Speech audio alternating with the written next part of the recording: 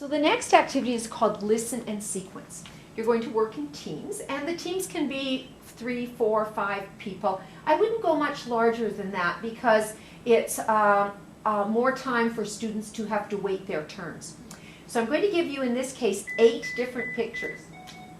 The pictures are each different, and they will collectively tell a story.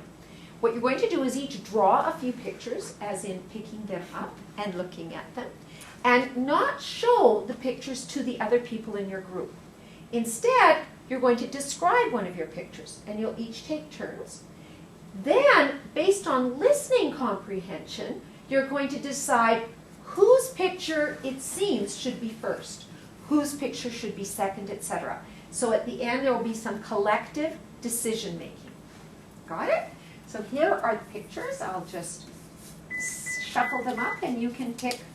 We'll have you pick 2, 3, 3, and 2.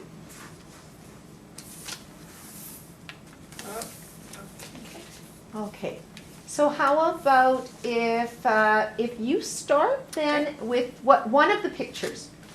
Okay. There's a man, and he is throwing wood into a fire.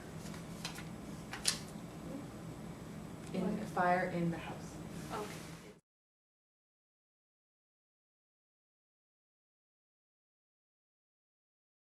So where should we begin?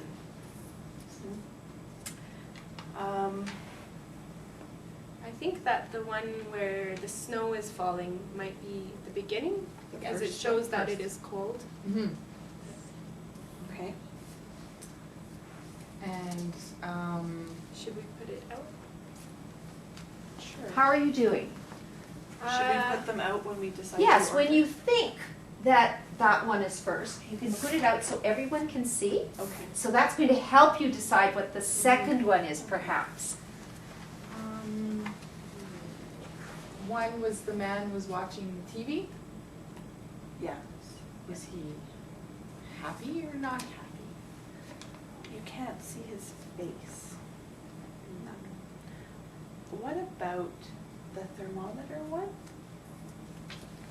Okay, I have one with a thermometer, and the temperature is at the 20. What is your temperature? My temperature is at the 5. Ooh. Maybe yours is next. Okay. So.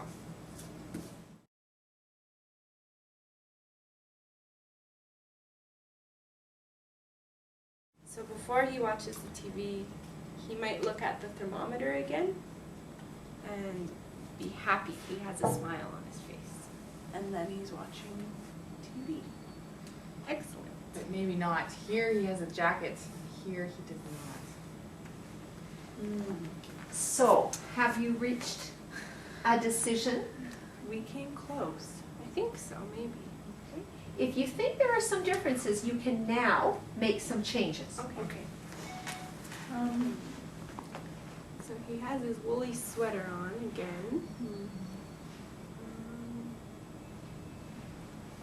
Maybe it's after watching TV for a while to warm up.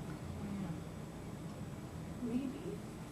Unless this one goes before he puts the or well, I don't know. It's weird.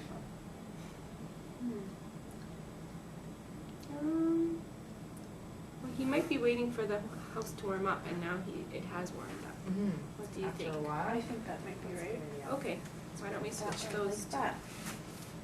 So, I'm now going to give you the sheet of paper that shows the order that the designer or the artist planned for that. And you can compare this order that you created with the order of the artist.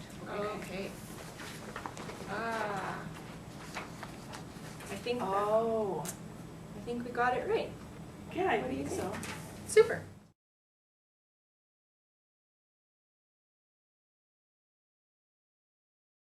In reflecting on this activity and when or how you might use it in a second language classroom, what are some of your ideas? I think the first thing is that with a beginner group, I might start with fewer pictures. Good. So it wouldn't be so much for them to try and remember at one time. Good. We were just talking about the different things you could teach using this activity.